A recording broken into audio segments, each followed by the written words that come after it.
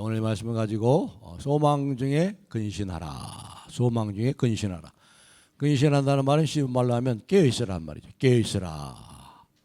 주님이 곧 오시고 우리의 소망을 어디에 두느냐에 따라서 우리가 더 깨어있을 수 있어요.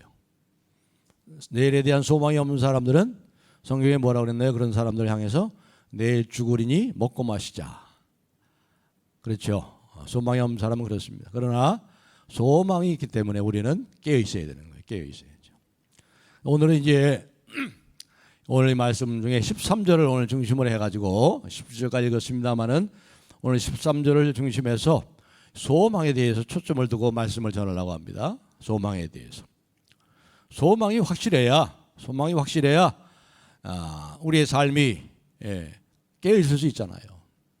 중요한 건 깨어 있으려면 그 근간은 소망이 뭐냐 이 말이에요. 여러분의 소망은 어디에 두고 있냐 이 말이죠. 이 문제를 먼저 생각하고 다음 시간에 이제 근신한 문제, 깨어 있는 문제에 대해서 이제 계속해서 말씀을 드리겠습니다. 미래에 대한 희망과 소망이 있는 사람하고 그리고 미래가 절망적이고 아무 희망이 없는 사람의 현재의 삶은 아주 대조가 될 겁니다. 요즘 이렇게 참 우리 대한민국 치안이 강국인데 말이죠. 서현역에 그 백화점에서 일어난 그 사건이라든가 또 최근에 또 얼마 전에 신림동에서 칼부림하는 사건 보면 그 사람들 보면은 뭐예요? 절망 가운데 있어요. 절망 가운데. 그 서현역에 그 칼부림을 한 그 사람이 영재랍니다. 영재. 올림피아드에 나가서 상 탔대요.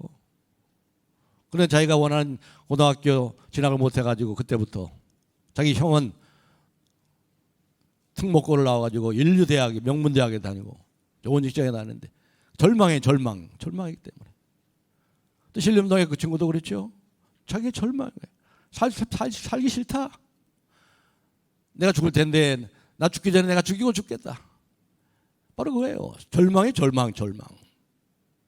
그래서 그의 계골은 절망은 죽음에 이르는 병이다. 그렇게 얘기했어요. 이와 같이 희망과 소망이 있는 사람하고 미래가 절망적이고 아무 소망이 없는 사람은 이렇게 다른 거예요. 소망이 확실하면 그 소망이 우리의 삶에 상당한 영향을 주기 때문에 그렇습니다. 미래의 소망이 이루어지기까지 그걸 간절히 바라고 기대하면서 그 소망에 집중하고 온 마음과 행동을 그 소망이 이루기까지 쏟아부을 거예요. 기쁨으로 기다리고 있을 게 않겠습니까? 오늘 우리 말씀 가운데 우리 4절을 제가 한번 다 같이 읽겠습니다. 4절 말씀 1장 4절 시작. 썩지 않고 더럽지 않고 쇠하지 않는 유업을 잊게 하시나니 그것 너희를 위하여 하늘에 간직하신 것이라. 아멘. 썩지 않고 더럽지 않고 쇠하지 않은 것을 한마디로 얘기하면 영원한 소망이 영원한. 이 세상은 영원하지 않기 때문에 영원한 것이 없어요. 영원하지 않은 것은 다 썩어요. 다 더러워져요. 다 낡아지고 다 사라지죠. 산 영원한 소망. 그리고 이 유업을 잊게 하신다. 이 우리가 받을 유산을 이어가게 하시나니 곧 너희를 위하여 어디에 간직했어요? 하늘에 간직하시고. 이 땅에 있지 않단 말이에요. 이 땅에 사람들이 그렇게 추구하는 돈에 있지 않다 이 말이에요. 권력에 있지 않고 명예에 있지 않고 이 땅에 있지 않다. 하늘에 간직하신 것이라. 그러니까 아직 완전히 이루어지지 않았죠. 하늘이 천국이 이 땅에 왔어요. 예수님으로 인해서. 구약시대는 오지 않았어요. 예수님 몸으로 천국에 왔어요. 그러니까 저와 여러분은 구약 성도와 비교할 수 없는 복을 받고 사는 사람들이에요. 예수님 오심으로 천국이 왔잖아요. 그 이전에 구약시대는 천국이 안 왔어요. 이 땅에. 그러니까 우리가 얼마나 복을 받고 사는지 이걸 아셔야 돼요. 이걸 맛보고 알고 있잖아요.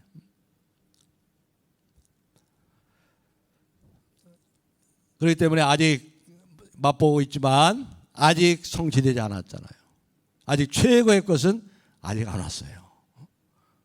그 하늘에 간직한 영광의 나라에 이르기까지 그러니까 그 목적지까지 이르는 것, 그 목적지에 이르는 것이 그건 뭐예요? 이게 우리의 소망이라 이 말이에요. 이게 소망. 우리가 살아있는 소망이 뭐냐? 그 목적지에 이르는 거예요. 하늘에 간직하신 유업을 이루는 그 목적지에. 그래서 소망은 이 땅에 사는 성도들의 삶의 중심이 되는 거예요. 중심. 1세기에 이 편지를 받고 로마의 황제 숭배를 거절하고 믿음의 순결을 지켰던, 그리고 그래서 순교를 당하고 죽임을 당했던 이 1세기 교회들, 이 편지를 받고 있는 교회들이 로마의 10대 박해를 견딜 수 있고 승리할 수 있었던 원동력이 뭐예요? 원동력이 소망 때문에, 소망 때문에, 소망이 있기 때문에, 살아있는 소망 때문에 모든 현재 고난도 감당할 수 있었고, 많은 믿음의 연단의 시험도 감당할 수 있었던 거예요. 이 소망이기 때문에 이 골짜기만 넘어가면 본향에 이른다. 이 산만 넘어가면 집에 도달한다. 그래서 고난의 골짜기와 많은 시험의 산들을 넘을 수 있었던 거예요. 뭐 때문에? 소망이 있었으니까.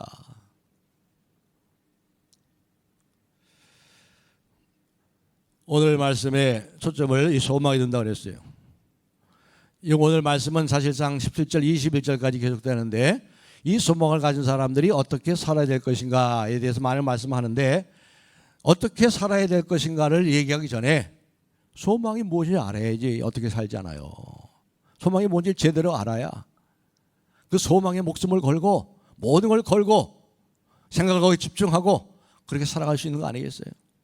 그러니까 중요한 것은 이 소망을 가진 사람들이 어떻게 살아갈 것이냐, 어떻게 살아갈 것이냐를 얘기하기 전에 올바른 질문을 해야 돼요.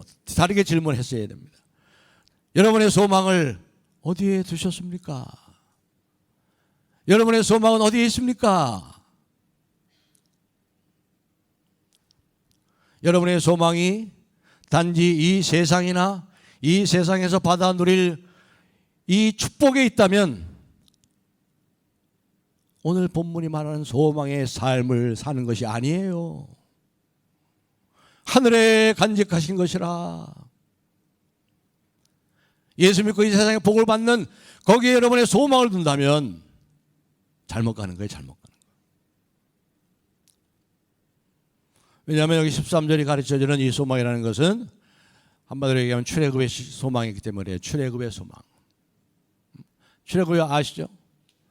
다시 말하면 이 애굽에 노예됐던 이들을 건져내셔서 애굽에서 가나안 땅, 하나님의 약속의 땅으로 옮겨가시는, 이동하는, 떠나는, 애굽을 떠나는 거예요. 애굽을 떠나는. 이 세상을 상징하는 이 애굽에서 복을 받는 게 아니고 애굽을 떠나는 거예요. 이동하는 거예요. 어디로? 하늘에 간직하신 것이라.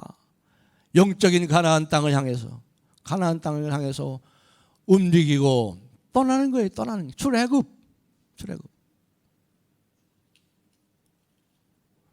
오늘 여기에 보시면 이 소망에 대한 말씀을 여기 13절에서 분명히 말씀하고 있는데, 13절 보시면 이렇게 말씀하죠. 그러므로 너희 마음의 허리를 동이고 근신하여. 다 같이 읽겠습니다. 그 다음에 하반절 시작.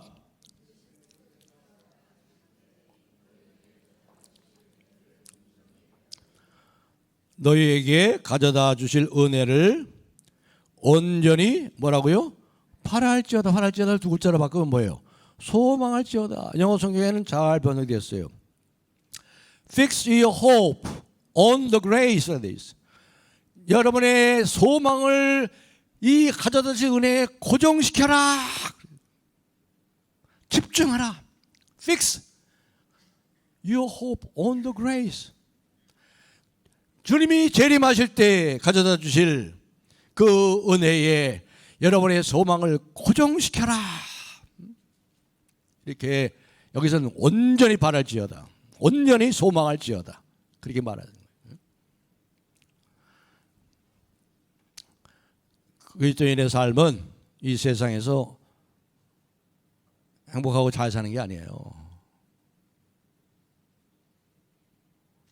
세상은 살아갈수록 별로 그렇게 매력이 없어요. 이 세상은 매력이 없더라고요. 저도 인생 70을 살았잖아요.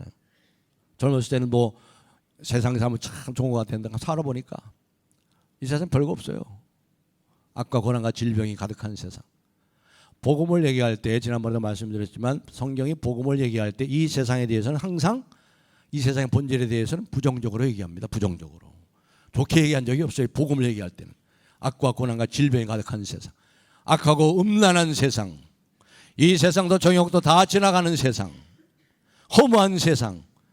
아침 안개까지 잠깐 보이다 없어지는 세상. 복음을 얘기할 때마다 이 세상을 긍정적으로 얘기한 적이 없어요. 성경은. 그렇기 때문에 우리는 이 세상을 떠나 약속의 땅으로 가고 있는 중이에요. 그리고 감사하게도 이 세상에 천국을 가져오셨잖아요. 천국을 맛보고 있어요. 그렇기 때문에 그리스도인의 가장 중요한 자세는 뭐냐? 우리의 소망을 어디에 두느냐? 우리의 소망을 어디에 두느냐? 이걸 명확하게 해야 돼요. 오늘 13절 본문은 주께서 나타나실 때 재림하실 때 우리에게 가져다 주실 은혜를 온전히 바랄지어다. 모든 소망을 거기에 두라. 그때 구원이 완성될 것입니다. 우리의 모든 눈물을 다 씻을 것입니다. 모든 오해가 다 풀릴 것입니다. 그것이 또한 은혜일 것입니다. 은혜. 그래서 베드로서 편지에 보면요, 베드로는 은혜란 말이 8번이나 나와요. 은혜. 1장 2절에도 나왔죠. 너에게 은혜와 평강이 더욱 많을지어다. 그렇게 인사를 시작해가지고. 그 다음에 5장 10절이 베드로전서의 요절이죠. 모든 은혜의 하나님이 그리스도 예수 안에서 너희를 거듭나게 하사 자기의 영광에 들어가게 하사. 또 1장 10절에 은혜의 복음이라고 그러잖아요. 또 4장 10절에도 하나님께서 주시는 은혜로 교회가 세워지고 하나님께 주시는 은혜로 교회가 재기능을 하고 하나님이 주신 은혜로 교회가 성장하는 것이다. 5장 12절에도 참된 은혜라고 해요. 은혜를 해서 참된 은혜라고 했어요.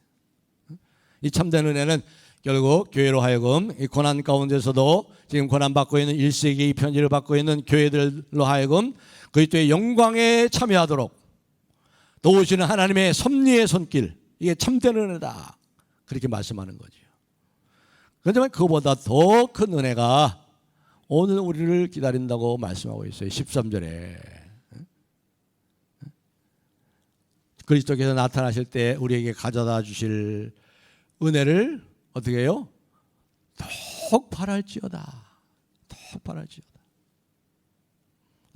그러니까 교회는, 성도들은 은혜로 시작하고 은혜로 진행되고 그리고 은혜를 받는 그 자리까지 가는 겁니다. 이게 성도가 가는 삶이고 우리 교회가 가는 길입니다. 이 땅에서 어떠한 복을 받든지 어떠한 처지에 있든지 주께서 그 부르심을 따라서 앞으로 나아가지 않을 이유가 없는 거예요. 왜요? 더 큰 은혜가 기다리고 있잖아. 더 큰 은혜가. 너희를 위하여 예비하신 이 은혜를 간절히 바랄지어다. 더 큰 은혜가 기다리고 있어요. 저는 이 더 큰 은혜를 이 신적인 충만의 상태로 들어가는 거라고 생각해요. 신적 충만의 상태. 이건 뭐 어떻게, 이건 뭐 필설로 얘기할 수 없어요. 하나님의 충만한 상태로 들어가. 야, 이건 뭐 감당할 수 없는 거예요. 이거는 어떻게 얘기할 수도 없는 거예요. 그렇기 때문에 예수 믿는 삶은 행복하지 않을 수가 없어요. 어떠한 상황에 있어도. 왜요? 현재보다 미래가 항상 낫기 때문에. 소망은 억지로 바라는 게 아니에요. 현재를 희생하고 바라는 게 아니에요. 그것만 그 정도가 아니에요. 현재를 버리고라도 소망을 붙잡을 수 있는 거예요. 왜? 장차오늘 소망이 훨씬 더 나은 은혜이기 때문에 이게 우리를 기다리고 있다 이 말이에요. 그렇기 때문에 우리 성도들은, 우리 교회는 현재가 아니라 장차 주께서 주실 은혜의 소망을 걸어야 되는 거예요. 옛 이스라엘 백성들이 출애굽하면서 말이죠, 온갖 두려움이 있잖아요. 광야길을 가야 되고 또 여러 가지 실패에도 불구하고 오직 믿음으로 홍해를 건너고 광야를 지나 약속의 땅으로 들어가는 이 믿음의 발걸음을 내디뎠던 이유도 살아있는 소망 때문에 그랬어요. 약속과 꿀이 흐르는 땅, 약속의 땅이 우리를 기다리고 있다. 더 나은 은혜를 알기 때문에, 더 나은 은혜를 소망하기 때문에. 출애굽의 신앙은 소망의 삶을 살아가는 거예요. 그리스도의 삶이 그래요. 소망의 삶을 살아가는 거예요. 그래서 여기 보니까 13절에 너희 마음의 허리를 동이고, 그렇게 했죠. 너희 마음의 허리, 너희 마음의 허리를 동이고. 아주 참 시적인 표현이에요. 근데 이게 구약이 이미 말씀했어요. 출애굽할 때, 출애굽기 12장 11절에 6월절 날 그 밤에 어떻게 했어요? 양고기를 잡아서 구워 먹고, 그리고 피를 문설주에 바르고, 그 다음에 어떻게 했죠? 허리에 띠를 띠고. 출애굽기 12장 11절에 보면은 너희는 그것을 이렇게 먹을지니 허리에 띠를 띠고 발에 신을 신고 손에 지팡이를 잡고 급히 먹으라. 급히 먹으라. 이것이 여호와의 유월절이니라. 바로 이 출애굽하는 그날 밤에 급히 먹으라 이 말이에요. 급히 빨리 여기서 나와라 이 말이에요. 출애굽에 빨리 나와라. 소망을 애굽에 두는 것이 아니다. 약속의 땅에 소망을 두고 빨리 애굽에서 탈출해라 이 말이에요. 그래서 구원이라는 것은 출애굽 사건처럼 정신을 차리고 급히 이동하는 것을 핵심 내용으로 삼는 거예요. 급히 먹어라. 지팡이를 짚고, 왜 지팡이를 짚고 급히 먹고 허리를 동이고, 긴 보통 이스라엘 사람은 긴 드레스 입잖아요. 옷을 입잖아요. 예? 근데 빨리 가려면 이거 발에 걸려가지고 제대로 못 걷잖아. 그래서 어떻게 돼? 이렇게 올려가지고 이렇게 올리잖아요. 올려가지고 허리를 동이고 하게 되면은 걸리적거리는 게 없잖아요. 그런 거예요. 그래서 구원이라는 표현 자체를 보더라도 그래요. 구원이라는 표현 자체가 뭐예요? 어디서부터 어디로 건져냄을 받는다. 이게 구원 아니에요. 장소적인 의미가 있는 거예요. 장소적인 의미. 구원이 이동하는 거예요. 이동, 움직이는 거예요. 어디서부터 어디로 움직이냐? 출애굽에서, 애굽에서 탈출해서 약속의 땅을 향해서 가는 거예요.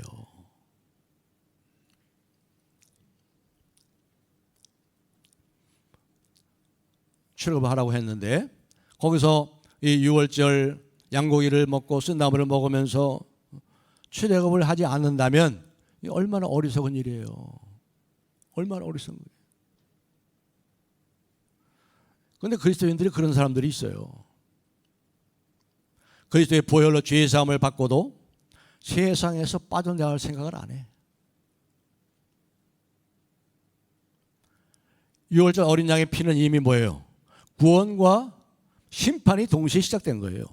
구원 받든지 심판 받든지 둘 중에 하나예요. 죽음에서 구원받은 자들은 애굽을 떠나서 새로운 땅으로 가야 돼요. 이동해 가야 돼요.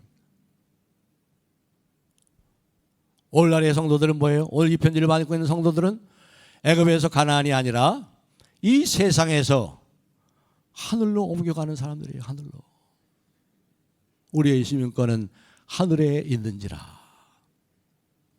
그래서 여기 허리에 띠를 띠고, 이것을 다른 말로 하면 마음의 허리를 띠라 말이에요. 마음의 띠를 띠고 마음을 동요매라 이 말이에요. 마음을 다 잡으라 이 말이에요.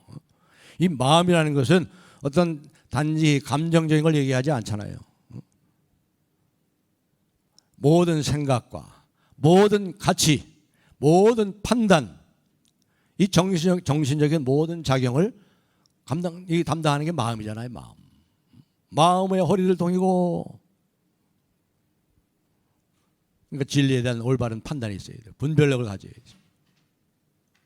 세상과 자신의 삶을 바라보는 이 관점, 가치관에 있어서 흐트러짐이 없이 다 잡아라. 마음의 허리를 동이라. 생각이 잘못되면 말과 행동이 바로 나오질 않아요. 생각은 자동차로 보면 핸들 같은 거, 핸들. 차에 있어 엔진이 심장이면 핸들은 그 사람의 사고방식이에요. 사고방식. 생각하는 대로 차를 핸들을 옮긴다 이 말이에요. 그래서 여기 마음의 허리를 동이고 이 마음, 분별력, 가치관, 인생관, 세계관, 이 세상에 일어나는 일들, 이런 열대 현상들, 기후이변들, 이걸 보는 관점이 성경적으로 바뀌어야 되는 거죠. 오래전에 TV 설교를 이렇게 들어보면 많이 얘기하는 얘기들 가운데 이런 얘기가 있었어요. 잘 되는 나, 잘 되는 나. 내가 보기에도 아까운 나. 예수 믿고 잘 되는 나. 내가 보기에도 아까운 나. 아마 그런 걸 여러분이 들어보셨을 거예요. 내가 잘 되는 것이 무엇이 나쁘겠습니까? 그렇죠? 내가 잘 되는 게 뭐 나빠요? 그런데 희한하게 복음을 내가 잘 되는 나에 초점을 맞춰가지고 복음을 풀어가. 참 그렇게 하는 거 보니까 참 희한하더라고. 그 목사들이 보면 희한하게 성경을 풀더라고요. 내가 잘 되는 나에게 초점을 맞춰가지고 복음을 해설하는데 그럴듯해 그냥. 그러니까 일반 성도들이 들으면 다 거기에 그럴듯하고 아멘 아멘 한다고요. 잘 되는 나의 복음의 핵심이 나예요. 나. 대형교회가 잘 지속되는 게 뭐예요? 대형교회 가면 행복하대. 사람들도 많고 좋은 프로그램 있고 그래서 가끔 내가 행복하대. 내가 행복한 거야. 내가 행복한 거야. 이게 문제예요. 이게 문제예요. 나를 중심으로 모든 것이 해석돼요. 말씀과 성령이 역사하게 되면 바뀌어야 되는 게 뭐예요? 내가 바뀌어야 돼. 내가.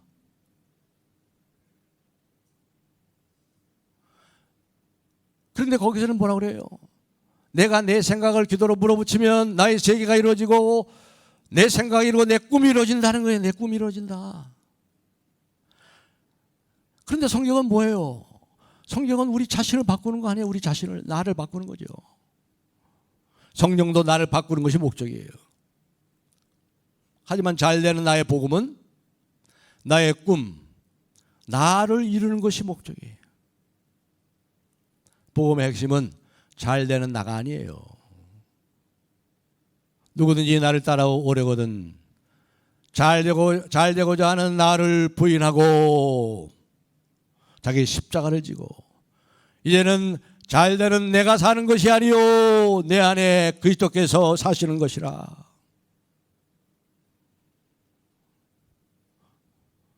채찍에 맞아서 내가 나는 것보다 더 중요한 것은 뭐냐면 그분이 죽고 예수님이 나를 위해서 죽으시고 부활하신 그 사실이 있는 거예요.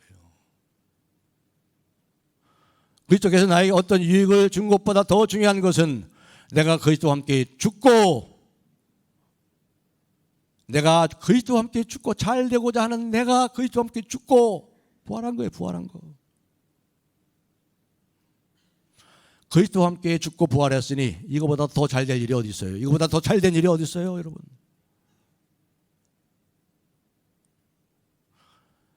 그래서 이 땅에서는 잘 안 되는 길도 가는 것입니다.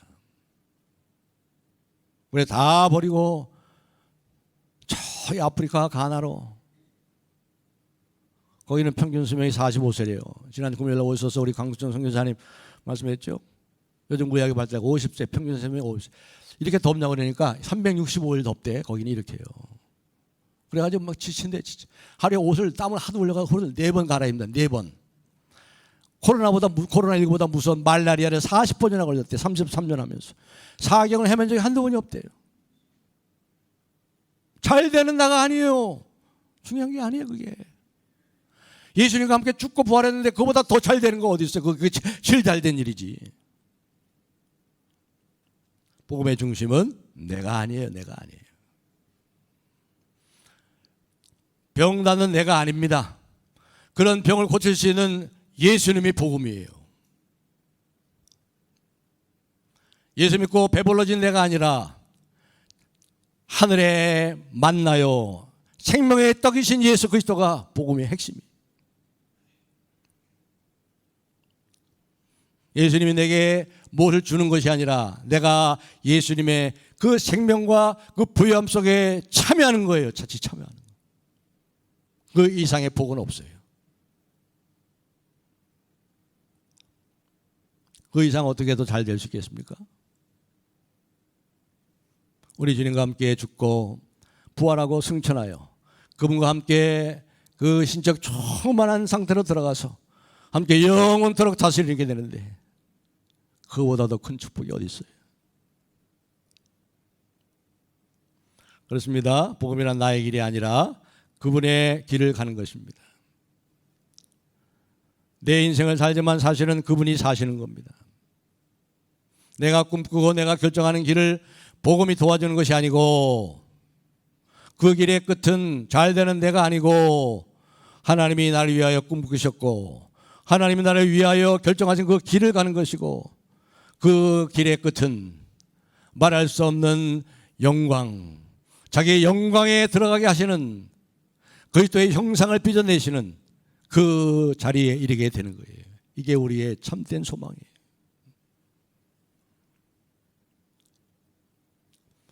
하나님의 말씀을 그대로 전하지 않고 강단에서 말씀을 교묘하게 풀어가지고 잘 되는 나 이렇게 이 세속화시키는 이러한 말할 수 없는 이 범죄, 강단의 범죄는 무서운 거예요.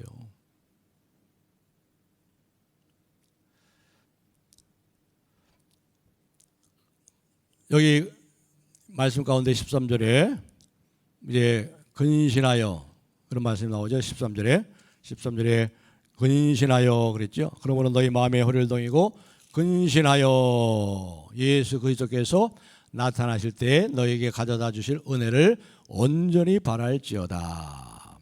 근신한다는 것은 깨어있는 거죠. 정신 차리는 거예요. 거꾸로 말하면 취하에서 정신을 잃지 말라는 뜻이죠. 어디에 취해요? 세상에 취하지 말라 이 말이에요. 세상에 취하지 말라. 이 세상 사람들처럼 세상에 취하고 살지 말라. 세상의 돈, 세상의 행복, 세상의 쾌락, 이거에 취하지 말란 말이에요. 취하면 마비가 돼. 통제력을 다른 것에 뺏기는 거예요. 내주는 게 이게 마비예요. 이게 마비. 그래서 거기에 종노릇해요. 종노릇해. 죄의 종노릇하고 쾌락의 종노릇하고 돈의 종노릇. 돈을 주인처럼 다스려야 되는데 돈의 종노릇해. 돈 앞에 굽실굽실대고.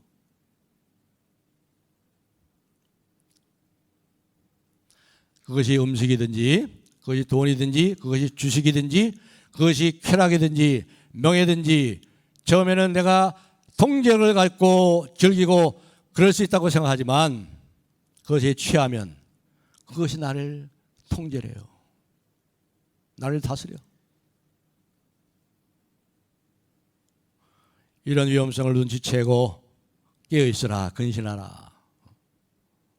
살아있는 소망을 주께서 나타나실 때 우리에게 가져다 주실 은혜에 온전히 바랄지어다.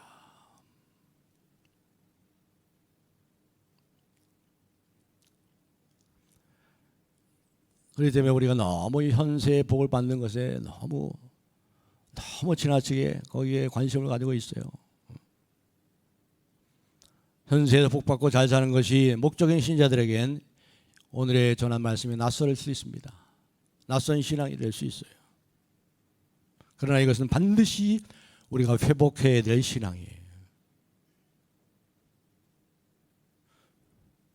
현실이 좀 어둡고 절망스러우면 내세를 바라보기 현실에 옳다기보다 내세를 바라봐요. 그래서 일제시대 때는요, 제가 어렸을 때는 일제시대가 끝나고 이제 해방되고 이렇게 해가지고 했기 때문에 이 소망에 대한 찬송을 얼마나 많이 부르는지, 천국에 대한 찬송, 천국에 대한 찬송을 많이 불러요. 왜? 너무 힘들잖아. 36년 동안 일제의 압박 속에 세상이 힘드니까 소망을 하나님에 더 두게 돼.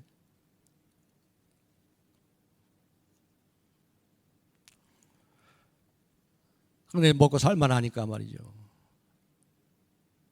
내세에 대한 신앙을 잃어버리고 너무 세속화돼가지고 현실에만 부려.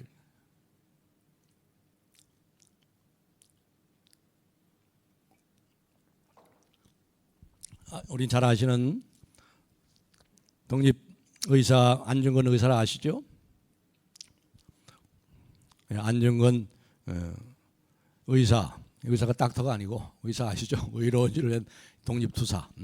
안중근 의사가 이 독실한 신앙이었습니다. 교회와 민족이 일제 탄압 가운데 자유를 잃어버리고 박탈당하고 신사참배의 이 우상숭배를 강요하는 식민 통치 아래서 모든 사람들이 신음하고 있을 때 그 자신을 버리고 이 독립을 쟁취하기 위해서 그렇게 했어요. 당시에 대한제국의 의병 참모 중장으로서 일본 통감인 이토 히로부미 그것을 이제 저격했잖아요. 그리고 결국 이제 감옥에 갇히고 사형을 언도받습니다. 하지만 감옥에서 사형을 언도받기까지 얼마 시간이 안 됐어요. 감옥에 있는 동안 그 일본 간수들이 이 죄수를 지키잖아요. 이 안중근 의사를 비롯해서. 그런데 감옥에서도 자기 자신의 죽음을 아주 당당하게, 아주 담대히 평화롭게 죽음을 받아들였습니다. 이 안중근 의사의 고상한 인격, 화평한 인격, 감옥에서 그를 간수하던 일본 간수들한테 얼마나 영향을 줬는지 몰라요. 그래서 일본 간수장이 말이에요, 안중근을 존경했어요. 그 죄수인 안중근을 존경한 거예요. 지바 도시치라는 그 간수장이 있었어요. 그 감옥의 간수장인데 지바 도시치라는 이 군인이 안중근을 너무 존경한 거예요. 당신 같은 훌륭한 분을 내가 이 감옥에서 중재인으로 간수하게 된 것이 내가 너무나도 괴롭습니다 할 정도로. 이제 형장에 끌려가는 날이 왔어요. 사형 집행하는 날이 아침에 왔습니다. 그 간수장이 와서 이제 데려갑니다. 사형장을 향해 갑니다. 그러면서 이 간수장이, 지바 도이치라는 이 간수장이 안중근 의사한테 이렇게 말하는 거예요. 글 하나를 남겨주십시오. 글 하나만 남겨주십시오. 이렇게 부탁하는 거예요. 그 간절한 부탁을 이제 거절하지 못하고, 그러면 붓을 가져오시고 불화가 종이를 가져오시오. 그래가지고 가져왔더니 글을 쓰는 거예요. 뭐라고 썼냐면 위국 헌신 군인 본분이라. 위국 헌신 군인 본분. 나라를 위하여 자신을 헌신하는 것이, 자신을 바치는 것이 군인의 본분입니다. 이라는 글을 쓴 거예요. 당연한 거죠. 당연한 것. 그러니까 자기 자신의 죽음도 나라를 위해서 자기 몸을 바치는 것이고, 이것이 군인의 당연한 것처럼 당신도 간수장으로서 당신의 조국을 위해서 지금 몸을 바치는 것, 이것이 군인의 본분입니다. 이렇게 하면서 이제 서로를 격려했죠. 이 지바 도이치는 이 글을 자기 집에, 이제 해방되고 자기 집에다가 이렇게 위패처럼 모시고 그렇게 경의를 표했다고 그래요. 매일마다, 아침마다 그랬대요. 그리고 이제 이 안중근 의사가 말이죠, 성장에서 살아기 전에, 사형당하기 전에 1910년 3월 25일이에요. 그날이 사형 언도받아 순교한 날입니다. 죽은 날입니다. 1910년 3월 25일. 근데 그 전에 어머니에게 드린 편지를 썼어요. 어머니한테. 뭐라고 썼는지 한번 들어보세요. 예수를 찬미합니다. 이슬과도 같은 허무한 세상에서 이 불초소생 너무나 생각해 주시니 훗날 영혼의 천당에서 만나 배울 것을 바라오며 기도하옵나이다. 이 현세의 일이야말로 모두 주님의 뜻에 달려 있으니 마음을 평안히 하옵기를 천만 번 바라올 뿐입니다. 드릴 말씀은 허다하오나 후일 천당에서 기쁘게 만나 배운 뒤 누누이 말씀드리겠습니다. 위아래 여러분들께 문안도 드리지 못하오니 후일 천당에서 기쁘게 만나 배웁겠다고 전해주시기 바라옵니다. 안중근 평전에 나오는 얘기예요. 오늘날 다만 예수 믿고 복 받는 것이 아니라 하나님의 이름을, 하나님의 영광을, 하나님이 재림하실 때 가져다 주실 그 은혜를 간절히 바라는 사람들, 하나님 나라에 대한, 천국에 대한 소망, 미래에 대한 소망이 뜨겁게 살아있어야 돼요. 여러분의 소망이 어디 있습니까?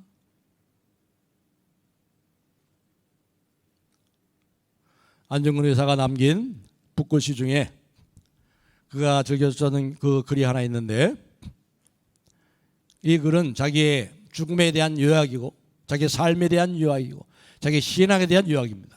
그 글을 하나 남겼어요. 많이 있지만 그게 뭐냐? 천당지복 영원지락이라.